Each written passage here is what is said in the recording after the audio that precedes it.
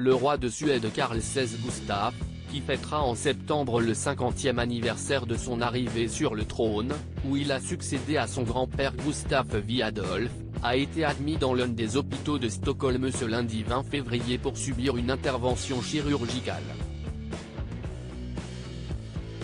Une opération qui avait été annoncée par la Cour la semaine dernière, et qui a été convenue entre lui-même et Viveka Prickmanekuhl, médecin responsable du service cardiaque de l'hôpital d'Anderyd, comme l'ont révélé nos confrères d'Aftonbladet. Cette opération devait être menée par cœloscopie au niveau du cœur, avait précisé la Maison Royale au moment d'annoncer la nouvelle.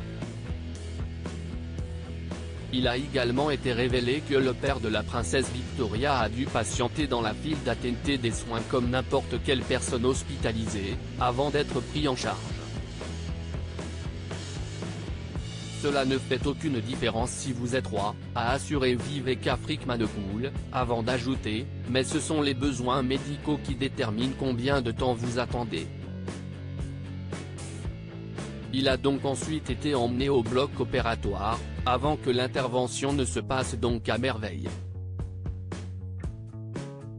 Ce type d'opération est beaucoup plus douce pour le patient, a souligné Lars Rudien, professeur principal de cardiologie à l'Institut Karolinska, avant d'ajouter, le temps du traitement est plus court ainsi que celui de la rééducation. Les résultats sont souvent très bons. Voilà de quoi rassurer les fidèles de la couronne royale suédoise. Un planning perturbé, il devra toutefois se reposer quelques jours. En effet, tout son programme entre la date de l'intervention chirurgicale et le 3 mars a été annulé.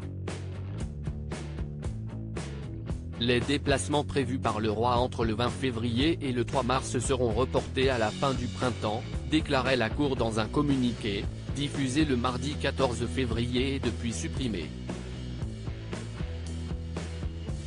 Le 23 février, il était censé visiter le comté de Gävleborg et se rendre dans le comté de Västernorrland le 2 mars, dans le cadre des célébrations de ses 50 ans de règne, dont l'anniversaire officiel est le 15 septembre.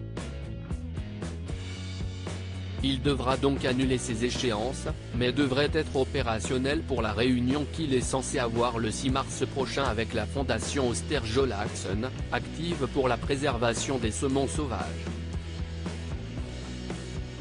3 jours plus tard, il devrait se rendre avec son épouse, la reine Silvia Sommerlath, dans le Västmanland, un comté central du pays.